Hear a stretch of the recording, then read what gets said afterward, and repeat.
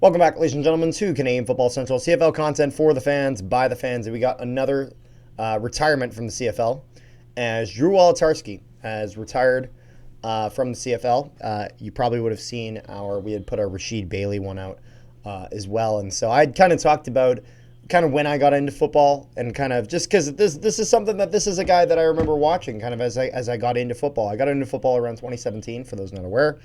And that was Wolitarsky's first season with the Bombers. Obviously, he had stayed in Winnipeg all the way through 2024. He had been with the Bombers for quite a while and was just a really kind of consistent depth possession receiver the entire time. He had always been good. It was one of those things where if you need a first down, you throw it to Wally and it gets it done. And then on the side, likes playing his guitar. I know he played some gigs around Winnipeg. I never did see one of those, but it was one of those things where I think he plays country on guitar. So, but but I'm just trying just because that's kind of a big thing is I remember we used to have little fun stupid names for my Bomber videos when I did them. So I remember one time I didn't end up ever using it, but I had a title with showing Wolitarsky rocking out the guitar, and I had edited on the Bomber gear onto him and shit like that. And so I had it set up and so the video title was going to be Guitar Hero. I had it all set up and everything, but it just never happened. We kind of went other ways with other things. But he had played with Winnipeg for a while, and it was one of those things where he had won 2 Grey Cups with the Bombers, 2019 as well as 2021, and then afterwards had experienced the tragic losses, all 3 of the tragic losses the Bombers had afterwards. He had kind of one last year in Hamilton, but it was one of those things where unfortunately he just couldn't stay healthy and naturally was not really much in the lineup. But when I think of Wolitarsky, I don't think of him in the black and gold. I think of him in the blue and gold. And I was glad to see actually that he signed a 1-day contract with Winnipeg to retire as a member of the Bombers, which just felt right. You know what I mean? It just felt right that Wolitarsky retired wearing the blue and gold. I'm not sure kind of what his plans are moving forward, but it was one of those things where I was very happy to have him on the Bombers. When we lost him, I was a little bummed, I'm not going to lie. I remember I didn't end up getting a jersey with his name on the back. I was really considering it, though. As I remember, I almost bought one. They set up a Bomber store at the Tim Hortons in Brandon the day before Labor Day. Yeah. So if you're driving to Regina and you stop in Brandon, you could go to the Tim Hortons, and they set up a bouncy castle, all the sort of just in the Tim Hortons parking lot. You know what I mean? And they'd set up a whole Bomber store and everything. And I remember they had a signed Wolitarsky jersey that they were I think they were doing a silent auction or some shit on that. And I almost put a bid down. I ended up not because, I'm a broke college student. But it was one of those things where I sure considered it. And so, but it was one of those things where I can't say anything bad about Wally. He was great. You know what I mean? And I even like that this 3 Down article was written by John Hodge. I like that he kind of took the initiative with that. He had played, even if you look at his time in college, he had played 4 years FBS. He played with the Minnesota Golden Gophers, where in his senior year, he had done relatively well. 11 games played out of 13. He got 860 receiving yards, 13.03 on average for 5 touchdowns, and that brought him to the CFL. He actually was on the Bombers roster in 2020, despite the fact that, of course, there was no season that year. And so it was one of those things where he had a bit of a different rep than Rasheed Bailey. Rasheed Bailey grew up in Philly. He had ended up in the NFL and then kind of found his way to the CFL afterwards. Whereas, with Wolitarsky, he's from Santa Clarita, California. And then immediately, spends his time in college, Minnesota. And so with that, I think his transition to playing in Winnipeg and Manitoba was just kind of very natural in the sense of that if you were to ask anybody, I'd say, Rick, I'm just going to ask you even right now. If you were to pick one state in the United States, which you would say is the closest in terms of just the lifestyle to a state in the U.S., which state would you pick? Whether that's location, whether that's weather, whether that's culture. Like, are you talking like Canada to US type thing? Yes, which U.S. state is the most similar to the province of Manitoba? Because for me, it's an Probably, obvious answer. probably the one right below it, Minnesota. It's Minnesota. And that's why even like it's one of those things where even if you're like I've been to Minnesota tons and tons of times, there's a lot of similarities. There are some differences. There absolutely are. But there's a lot of things that are similar. There's and so with that, I think the transition from Minnesota to Winnipeg was a relatively easy one. I wouldn't know exactly, you'd have to ask him. But it was one of those things where I'm really glad that we could have him on the Bombers for all the years that he was there. I understand. I was bummed when the Bombers released him. And he ended up over in Hamilton, but I understood it. And that's just kind of the sad part about sports being a business is stuff like that does happen. But Well, interesting thing. I don't know if you read it in John Hodges' article, but his last game, if I'm quoting him correctly, his last game that he played in Winnipeg, he broke 6 ribs before he signed with Hamilton.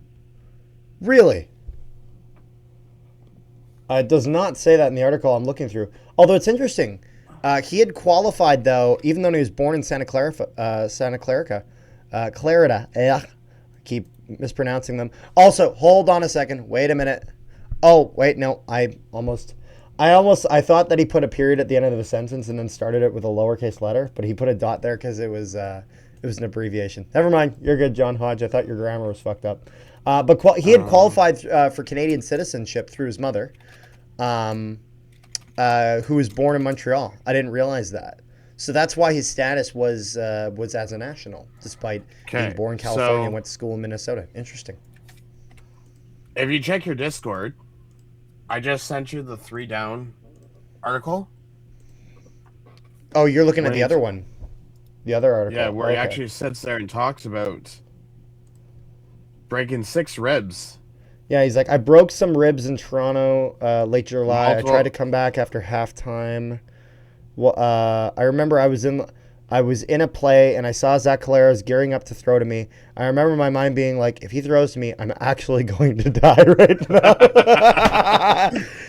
He didn't throw to me. Thank God. I came to the sideline and was like, yo, I'm done. I can't do that.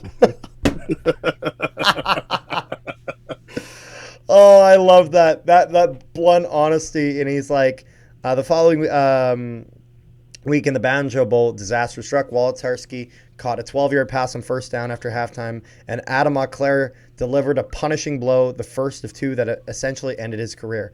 First hit, boom, right to my ribs, said Wolitarsky. I felt my guts move, and I'm like, oh, God. The veteran receiver left the field momentarily and decided to eventually return. In the third quarter, I catch a ball and dive for the first down because I'm not trying to get hit. I'm inches short. We go for it on 3rd and 1, and we get it. But head coach Mike O'Shea's like, you got to get north, man. We need the first downs. You got to keep getting north. And I'm like, fuck. All right, here we go. This guy talks like me. What the hell? Like, Rick, this is like the way I describe things. like, this is kind of scary.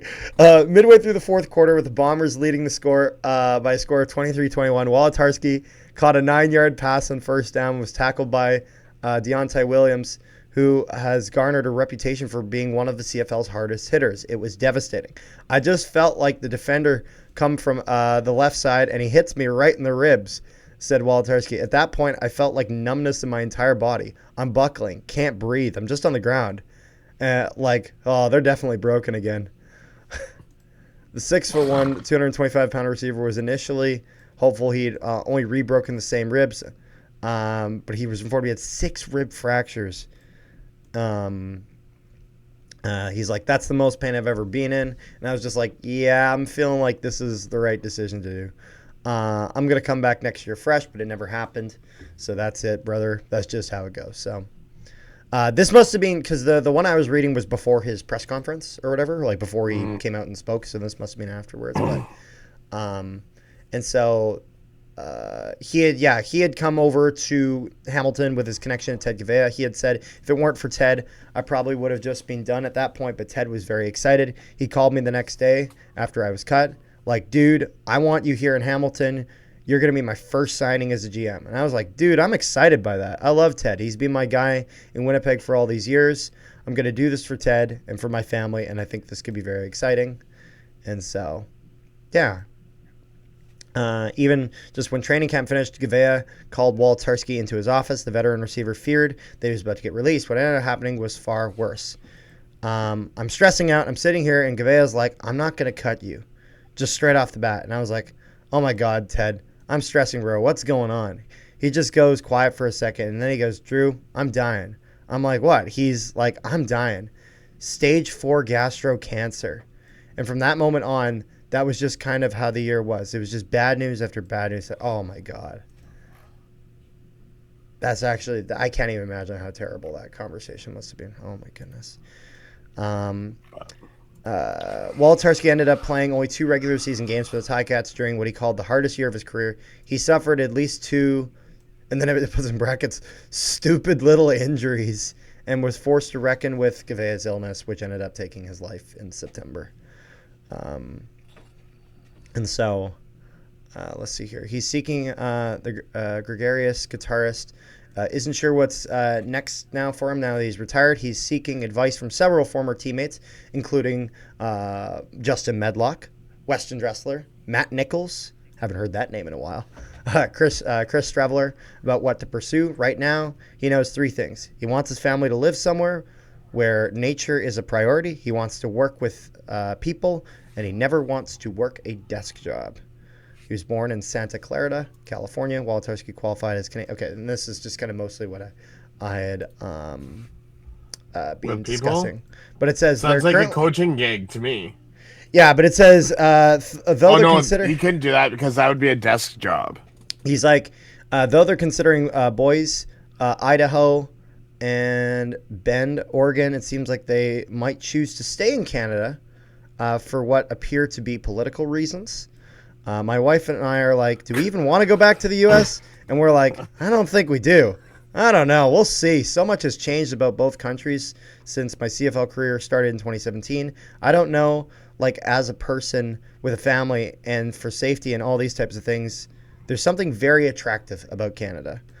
And he's like, I'm in Europe on vacation, and a lot of people I talk to from Italy, France, Poland, and all these Slavic countries are like, oh, we dream of living in Canada. It gives you a little appreciation because most of you, and he just said this as to members of the media, are born in Canada, and you're probably sick of Canada a little bit at sometimes, but there's people in the world really trying to get to Canada as their final destination. Like, that's their dream place to live. It's eye-opening, and it makes you more appreciative for sure. No, it sounds like it's a guy who's very appreciative of where he's gotten in life and whatnot, and is kind of really seen both sides of the coin and knows what he wants. I actually really like that we're able to talk about I was going to say something, but I will say it to you off camera. Uh-oh. Unless do you want to say it on camera? I mean, politically wise, no. Well, anyways, we'll have to see because there's a lot of things that are exciting. I don't know when this will be uploaded. This will be uploaded after this game has occurred, but before this, we are recording this Saturday evening, which means the gold medal game between the USA and Canada has not happened yet. So one thing I will say, and I'm praying to God it happened, go Canada. So, yeah. Anyways, but I think that's pretty much all I have. Anything else you got there, Rick? No. All right. You guys take care, and yeah, we'll see you guys next time.